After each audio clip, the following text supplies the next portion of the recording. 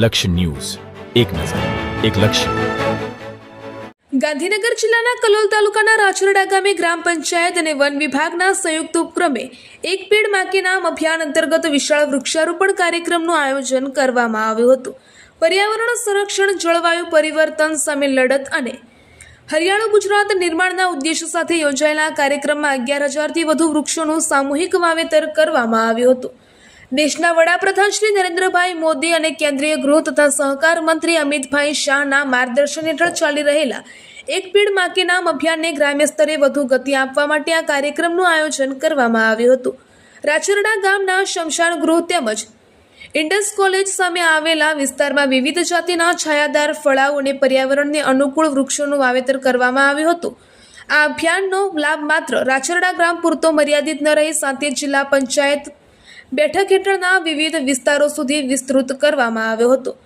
આ કાર્યક્રમમાં જિલ્લા પંચાયતના આરોગ્ય ચેરમેન રશ્મિભાઈ ઠાકોર, કલોલ તાલુકા પંચાયતના પ્રમુખ વિષ્ણુભાઈ પટેલ, રાછરડા ગ્રામ પંચાયતના સરપંચ છનાજી ઠાકોર, તલાટી કમ મંત્રી ધરમસિંહ દેસાઈ, ગ્રામ પંચાયતના સભ્યો, વન વિભાગના અધિકારી અનિલસિંહ વાઢેર તથા વન વિભાગની ટીમ ઉપસ્થિત રહી. આ ઉપરાંત ઓનલાઈન નોંધણી કરાવનાર મોટી સંખ્યામાં નાગરિકો, યુવાનો, મહિલાઓ અને પર્યાવરણ પ્રેમીઓએ ઉત્સાહભેર ભાગ લઈ વૃક્ષારોપણ કર્યું હતું. આ પ્રસંગે મહાનુભાવોએ જણાવ્યું હતું કે વૃક્ષો માત્ર પર્યાવરણનું સંતુલન જાળવતા નથી, પરંતુ આવનારી પેઢી માટે સ્વચ્છ હવા, શુદ્ધ પાણી અને હરિયાળું જીવન પણ સુનિશ્ચિત કરે છે. તેથી દરેક નાગરિકે પોતાના જીવનમાં ઓછામાં ઓછું એક વૃક્ષ વાવી અને તેનું નિયમિત જતન કરવાની જવાબદારી સ્વીકારવી જોઈએ.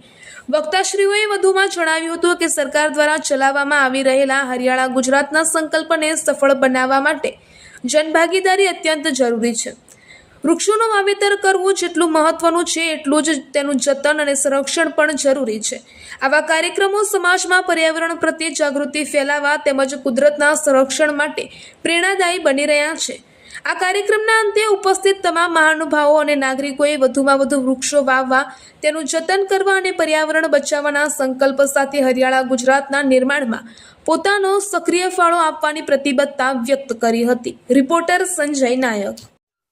આજે ગાંધીનગર લોકસભા હરિયાળી લોકસભાના ભાગરૂપે માનનીય દેશના ગૃહ અને સહકારિતા મંત્રી અમિતભાઈ શાહ સાહેબની પ્રેરણાથી સમગ્ર ગાંધીનગર લોકસભામાં જ્યારે વૃક્ષારોપણનો પ્રોગ્રામ આજે યોજાઈ રહ્યો છે, ત્યારે રાછરડા ગામમાં તમે જોઈ શકો છો ખૂબ મોટી સંખ્યામાં લોકોએ ભાગ લઈ અને આજે વૃક્ષારોપણનો પ્રોગ્રામ અહીંયા કર્યો છે.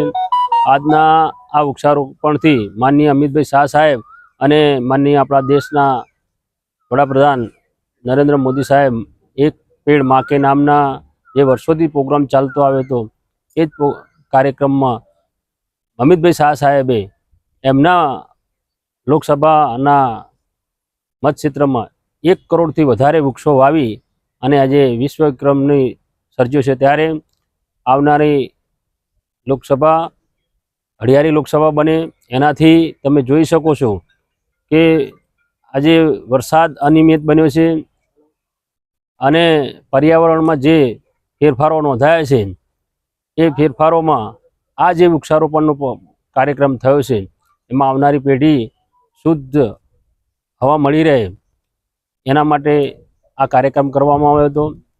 હું આજની તારીખે અપીલ કરું છું સૌ નાગરિકોને કે ઓછામાં ઓછા એક વૃક્ષ વાવી અને જે અમિતભાઈ શાહ સાહેબનો પ્રોગ્રામ છે એને આપણે સફળ બનાવીએ. આજનો કાર્યક્રમ જનજાગૃતિનો હતો અને એમાં ખૂબ લોકોનું રજિસ્ટ્રેશન પણ થયું છે અને આજે તમે જુઓ છો ગામે ગામ વૃક્ષારોપણનો પ્રોગ્રામ ખૂબ મોટી સંખ્યામાં થઈ રહ્યો છે.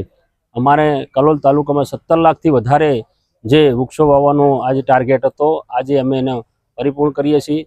આજે અહીંયા જે ગામ લોકો જોડાયા છે એમને પણ ભારતીય જનતા પાર્ટી તરફથી હું આભાર માનું છું અને સૌ લોકો આ કાર્યક્રમમાં જોડાય.